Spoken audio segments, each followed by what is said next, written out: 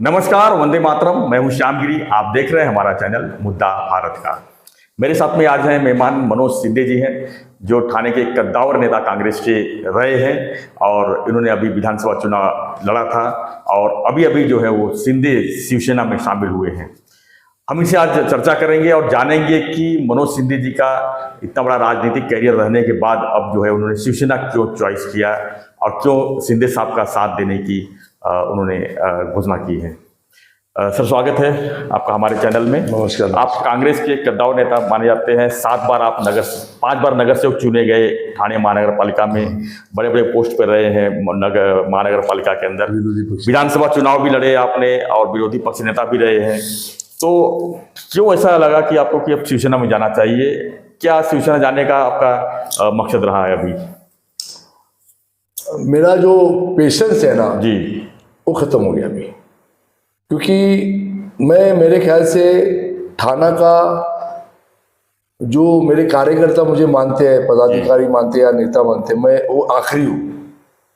मेरे इसके पहले जो कांग्रेस में थे, प्रताप सरनाईक रहे, जितेंद्र आव्हाड रहेंगे, जितने भी आप देख रहे जो कांग्रेस के ये वो जहाजा पक्ष पार्टी, नारायण पवार से लेके मेरे साथ वाले जितने भी गए, मैं गया नहीं था जी।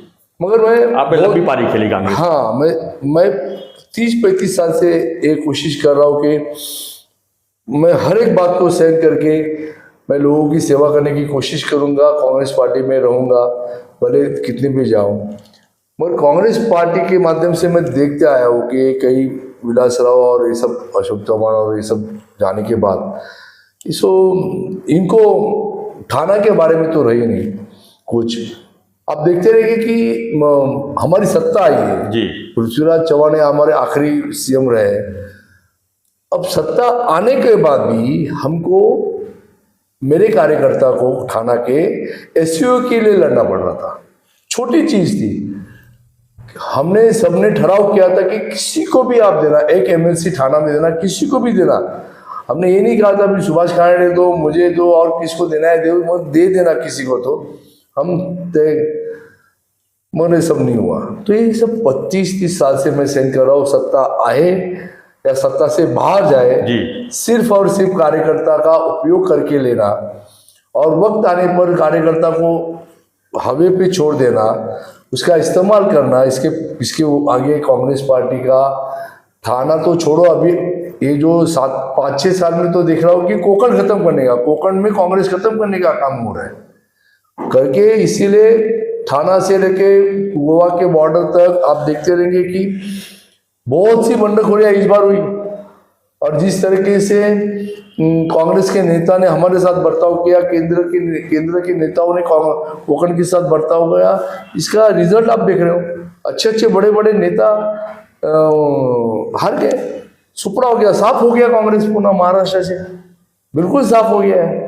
तो अभी ऐसा है, जो घटक हमारे पक्ष में आए जी, फिर पवार साहब रहो या उद्धव भाई साहब ठाकरे रहो, इन सभी को पता है कि कोकण एक राजनीति का भूकंप केंद्र है, अर्थक्वेक सेंटर है, बेच रहा है, जहां से एकनाथ शिंदे भी निर्माण हुए हैं, जहां से जितेंद्र आव्हाड भी निर्माण हो गए हैं और जहां से आज सत्ता पलटी हो रही है जी।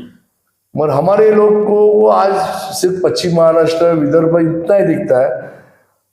समानता नहीं है, समन्याय नहीं है। कार्यकर्ता के पास, कार्यकर्ता को संभालने की अभी उनके पास ये नहीं है, कुछ पड़ी नहीं उनको। किसको जिम्मेदार मानते हैं सब? कौन है इसके पीछे बैकग्राउंड में?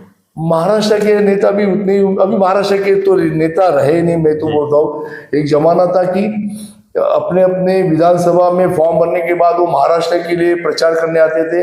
अब उनकी परिस्थिति ऐसी हुई कि मैं मेरे विधानसभा में कैसे चुन के आऊँ, ये था। पहले तो सभी जगह चुनाव में तो वो उनके कॉन्स्टिट्यूंसी में नहीं रहते थे, वो चुन के आते थे। ऐसे नेता हुआ करते थे जो महाराष्ट्र के नेता कहलाते थे। आज महाराष्ट्र के नेता कोई नहीं रहे तो उनको किसको दोष दूँ? अब केंद्र के नेता है, यहाँ पाकिट बहादुर हो गए, वो तो सेटिंग बहादुर हो गए। फिर हमारा मुमरा कौनसा तो आपको दिखा रहेगा, कांग्रेस के मतदार वहाँ पर है, जो कांग्रेस के माध्यम से आज भी कांग्रेस का कोई खड़ा करेगा तो, और वो भी वो बिक दिया क्या लिया क्या पता नहीं है। आज वर्षों से हमारे वोटर्स है और जीत के कोई और आ रहा है, आघाड़ी के पवार करके आ रहे हैं, मेरा फायदा भी वही होना है। यहाँ पर तो मजबूत हो गया था, यहाँ से तो मुख्यमंत्री बने थे, शहर से तो लास्ट टाइम पवार साहब ने लिया, फिर मनसे को दिया, फिर वापस इस बार उबाटा ने मांगा। ये सब का मतलब ही है कि हमारे में नेतृत्व तो रहा ही नहीं, अभी जी कोई नेतृत्व तो रहा नहीं है। तो क्या लगता है कि आपने अभी शिवसेना आने में देरी कर दी, ऐसा लग रहा है आपको, कि सही टाइम पे आए हैं आप? मेरी ईमानदारी प्रतिष्ठा निष्ठा इस सब का ये करते हुए मैं कहाँ भी जाऊँगा तो मैं देर से गया, ये सब नहीं होता। जी। मैं जहाँ भी जाऊँगा, जब भी जाऊँगा मैं उसका हूँ और रहूँगा, और मैं पूरा सोच समझ के अभी आया हूँ। तो इसके लिए आपको लगता रहेगा कि देरी होगी, मैं स्वार्थ के हिसाब से नहीं आया हूँ। मुझे लोक सेवा में कांग्रेस पार्टी के माध्यम से जो अन्याय हो गया, और वो मैं अकेला नहीं आया हूँ, ये भी ध्यान में रखना। आज कांग्रेस के 80% कार्यकर्ता पदाधिकारी मेरे साथ एकनाथ शिंदे साहब के नेतृत्व में शिवसेना से जुड़े हुए हैं, और अभी हमारी जो तैयारी है उनके हर एक काम में समर्थन देने की रहेगी। और बिल्कुल आप मुख्यमंत्री के खिलाफ चुनाव लड़े हैं और फिर चुनाव खत्म होते ही मुख्यमंत्री के साथ जुड़ गए हैं, तो किस तरह का मतलब आप अपनी कार्य समिति बनाएंगे यहाँ पर, क्योंकि ये जो जहाँ पर आप हैं यहाँ पर गढ़ रहा है मुख्यमंत्री का, यहाँ से मुख्यमंत्री चुन के भी आते हैं, तो ऐसे जगह में पे आप अपने आप को कैसे ये करेंगे? देखिए, एक दो चीज़ों को समझने की बहुत ज़रूरत है जी यहाँ पर। मैं उनके खिलाफ 2 बार लड़ा हूँ जी। 2 बार लड़ने के बाद आज उनको भी पता चला कि ये मेरे पे अन्याय हो रहा है, तो उन्होंने अन्याय के खिलाफ आवाज़ उठाया, और अन्याय के खिलाफ आवाज़ उठाने के बाद उनको 2.5 साल में अपने आप को प्रूव करने की एक जवाबदारी मिली। और मेरे ख्याल से 2.5 साल में जो 20 साल में 25 साल में उन्होंने, वो 2.5 साल में इस नेता ने एकनाथ शिंदे साहब ने करवाया। एक दैवी शक्ति हो सकती है, एक दैवी शक्ति हो सकती है उनमें, वरना ये सब मुमकिन नहीं है। अरे वो आदमी कोई एक्सीडेंट है वहाँ पहुँचता है, वो आदमी जहाँ पर कोरोना का था वहाँ पहुँच रहा है, खुद को कोरोना हुआ उसकी परवाह नहीं की उन्होंने। पानी बढ़ गया, उसमें पुल में गया, पुल में नदी में बाढ़ आ गई, नदी में पुल गिर गया, वहाँ पर एक्सीडेंट में लोग मर रहे थे, वहाँ पहुँचा। तो इस आदमी को मैंने टेबल पे और कैबिन में बहुत कम देखा है जी, जो लोगों को अपेक्षित था। उसके बाद भी ये सब करते करते 2.5 साल में आदमी क्या क्या करेगा। एक लाड़की बहन की योजना जो आज लोगों की जरूरत है, एक बहन की जरूरत है, एक बहन के पास आज ताकत देखिए खड़ा रहने की आवश्यकता था, वो उन्होंने किया। एक बूढ़े को आज कोई पूछता नहीं है, लड़का पूछता नहीं है युग में, कलयुग में, वहाँ पर उन्होंने यहाँ वहाँ जाने के लिए ट्रांसपोर्ट फ्री कर दिया। उसके बाद शेतकरी की जो समस्या है वो अच्छा कर दिया। मराठा के आरक्षण में उनकी बहुत बड़ी कोशिश रही है, और वो भी आज भी उनकी जारी है। वो हर एक काम लेते तो वो पूरा कर देते हैं। तो ये सब देखते हुए मुझे लगा कि यस, मुझे वही जाना चाहिए जहाँ मेरा उपयोग हो जी। तो मैंने ये सोच लिया, और मेरे सभी कार्यकर्ताओं ने, आप देखा मेरे जन्मदिन के 15-20 हज़ार उपस्थित कार्यकर्ताओं में मैंने सबकी सम्मति से जाहिर किया कि मैं जोड़ा, और समर्थन मुझे मिला। और वापस सीएम करके उनको जो अभी मिलने वाला है उससे तो और अच्छी बेनिफिट होगी, और बिल्कुल अच्छा समर्थन होगा, इसमें कोई दो बात नहीं है। ठाणे का विकास हो, महाराष्ट्र का विकास हो, उसके लिए आपकी क्या प्रयास रहेगी? किस तरह का आपका कॉम्बिनेशन रहेगा मुख्यमंत्री के साथ?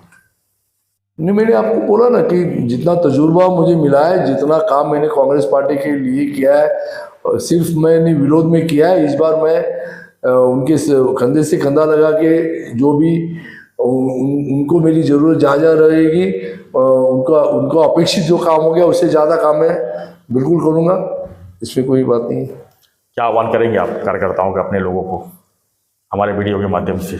मैं तो बिल्कुल आह्वान करूँगा कि मेरे बारे में कुछ गलतफहमियां जो थी, जो मुझे अभी भी दिखा रही हैं कि किसी ने कुछ कहा, मुझे नहीं पता, मैं कोई क्या कहता ये नहीं सुनता कि, मगर यहाँ पर जब मैं अन्याय हो गया, आपको बताया था पहले भी, लोकसभा में भी हमको टिकट दी नहीं गई, लोग विधानसभा में नहीं, बहुत से कोकण के नेता बंडखोर खड़े रहे, उसके बाद 6 साल से 6 साल निकाला वो पड़ा। यहाँ पर 4 ही सीट हमको दिए पूरे कोकण में, और उसमें भी जहाँ खड़े थे हम लोग के उम्मीदवार, वहाँ पर भी आघाड़ी के जो समर्थन करने वाले पार्टी थे उन्होंने बंडखोर खड़ा किया। और अगर मैं अपने हक मांगने गया तो मुझे 6 साल के लिए निकाला गया, मैं और मेरे साथियों को भी निकाल गया। हमारे रत्नागिरी से अविनाश लाड जो अध्यक्ष थे, जो खड़े हुए, उनको भी 6 साल के निकाला गया। वो लेटर आने का एक प्रोसीजर होता है, कमेटी होती है, हमारी बात रखनी पड़ती है, फिर भी बिना परवाह के हमको निकालने के बाद फिर भी हमने एक लेटर दिया था मल्लिकार्जुन खड़गे साहब को, राहुल गांधी जी को, कि आप हमें जो निकाल रहे वो किस तरह से गलत है, ऐसे सब मुद्दे वहाँ पर हमने दिए थे। तो आप हमें निकाल रहे थे, उसकी हमको हमारी ये सब बातों को ध्यान रखते हुए हमें फिर कांग्रेस को ज्वाइन किया जाए, ऐसा हमने पत्र में लिखा। एक 7-8 दिन, हफ्ता हो गया, सबको फ़ोन करने की कोशिश की, मगर कोई कार्यकर्ता जो पदाधिकारी करे, इतने साल काम करने के बाद भी मुझे बहुत दुख हो रहा है कि किसी को पड़ी नहीं है, आपको जाना है जाइए, आना है, इस तरीके का बर्ताव रहा है। तो मैं और मेरे साथियों ने समझ लिया कि वैसे भी कांग्रेस में रह के पार्टी ने कभी देखा नहीं, कार्यकर्ता की तरफ देखा नहीं, तो ये अच्छा निर्णय था, मैंने निर्णय ले लिया। तो मैं बिल्कुल मेरे बाकी सहकारी कांग्रेस के जो पदाधिकारी हैं उनको भी बोलेंगे, लोग सेवा करनी है। अब हमारी पुरानी कांग्रेस रही नहीं, जो आज कांग्रेस दिख रही है वो सौदेबाज कांग्रेस है, ये खोखे वाली कांग्रेस है। तो आप बिल्कुल मेरे साथ जुड़िएगा, हमको थाना की तरक्की करनी है, थाना का लोगों की कामें करना है, सुख दुख में जाना है। तो शिवसेना, बाला साहब ठाकरे, एकनाथ शिंदे, ये परफेक्ट अपना रास्ता होगा जिस पे पद ग्रहण करेंगे। तो हम ये सभी कामों को अंजाम देने में कामयाब रहेंगे। तो मैं आह्वान करता हूँ, और मैं सभी शिव सैनिकों को भी लूँगा कि आज से मेरा सफ़र आपके साथ हुआ है, आपके साथ ही ये सफ़र पूरा अंतिम तक रहेगा। एकनाथ शिंदे साहब के साथ और उनके पूरे टीम के साथ एकनिष्ठ रहूँगा, और वक्त आया तो जान देने की भी ताकत में रखूँगा आपके लिए। इतना यहाँ पर बोलता तो हम लोग एक सब साथ में मिल के काम करें और एक अच्छा संगठन मजबूत करें, एकनाथ जी शिंदे साहब का हाथ मजबूत करे, इतना बताओ। धन्यवाद सर। नए शुभ कार्य के लिए आपको बहुत बहुत शुभेच्छा। आपकी नई पारी, नई टीम आपको जो है एक नई शक्ति दे, नई प्रेरणा दे, लोगों का काम हो, लोग विकास हो, यही हम चाहते हुए हैं। तो फ्रेंड्स, आपकी प्रतिक्रिया दीजिए और बने रहिए हमारे साथ, देखते रहिए हमारा चैनल मुद्दा भारत। धन्यवाद सर, धन्यवाद, जय हिंद।